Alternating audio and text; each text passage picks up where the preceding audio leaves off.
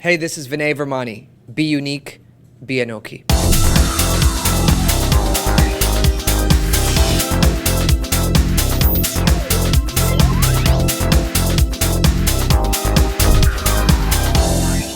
Indo-Canadian actor Vinay Virmani is no longer the new kid on the block.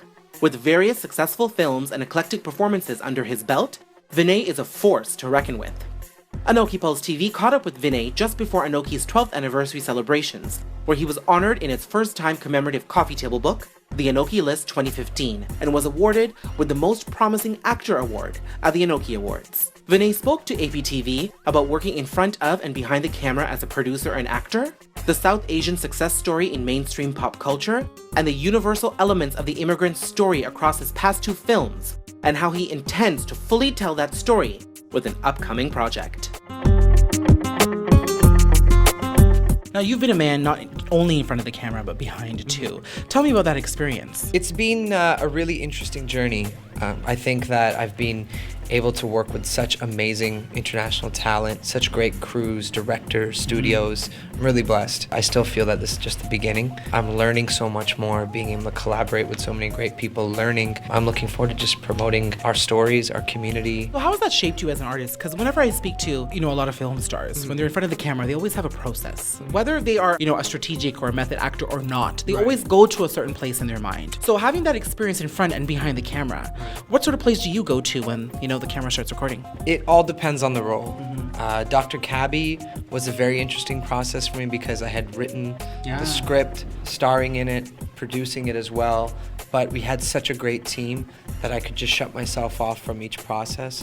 So when I was playing Deepak, I could just focus on that. Then when the film was done, I could just focus on what it meant to be a producer. I think that it's all about just being in the moment for me and just focusing on each specific area. Being such a prominent figure in our community, in the entertainment industry, what's your take on South Asians in media?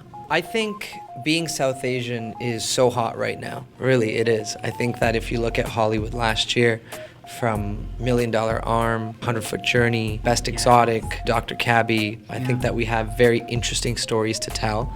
I think that we bring a different body language, a different sex appeal to the screen, to music, to arts, to entertainment. And I'm really proud of that. I'm really proud that we're all working together to promote each other. And I think that this generation, the unity that we have is something that's so special. I think that took us a long time to get here. I don't think our previous generations had it as much as we do.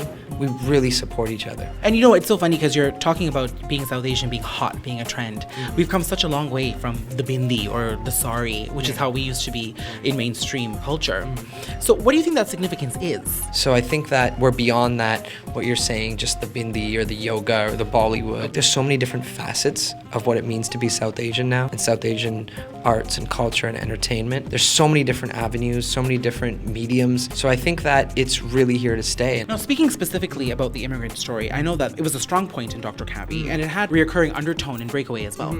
So is that something that's inspired your own personal journey? Because being the past two films that you've done, it's always been a certain strong element in your storyline. So what is it about that immigrant story that you want people to understand? I've always been fascinated by the idea of what it was like for our parents or our grandparents, the generations before us, when they came to, say, Canada or America, where they had culture against them, climate against them, just like a whole new world. So I've always been fascinated about that. The Breakaway was a story about somebody who's born and brought up here, who's trying to find the balance between being Indian and being Canadian and trying to fit in.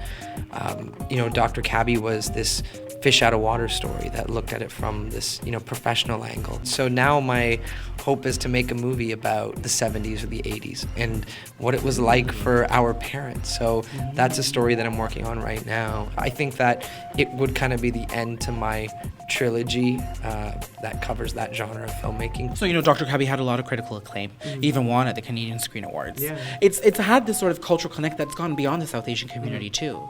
So do you think that immigrant story is becoming more universal rather than being tailored from one culture to the next? Of course. I think us as Canadians, we're all immigrants, and I think that we can all relate to these types of stories. Yes, Dr. Cabby did well commercially, critically, but the biggest success of Dr. Cabby was when I would go into theaters and see that you had Indians, you had Europeans, you had people from the islands, you had Asians, you had a whole mix of diverse crowd enjoying, laughing, and having an experience together. And I think that that was really special about it. And that's what's motivated the hell out of me, is the fact that laughter in film can bring people together. Because in that dark room for 2 hours, it doesn't matter where you come from, what your background is, they were having an experience together. And I think that for me is the biggest success of Dr. Cabby.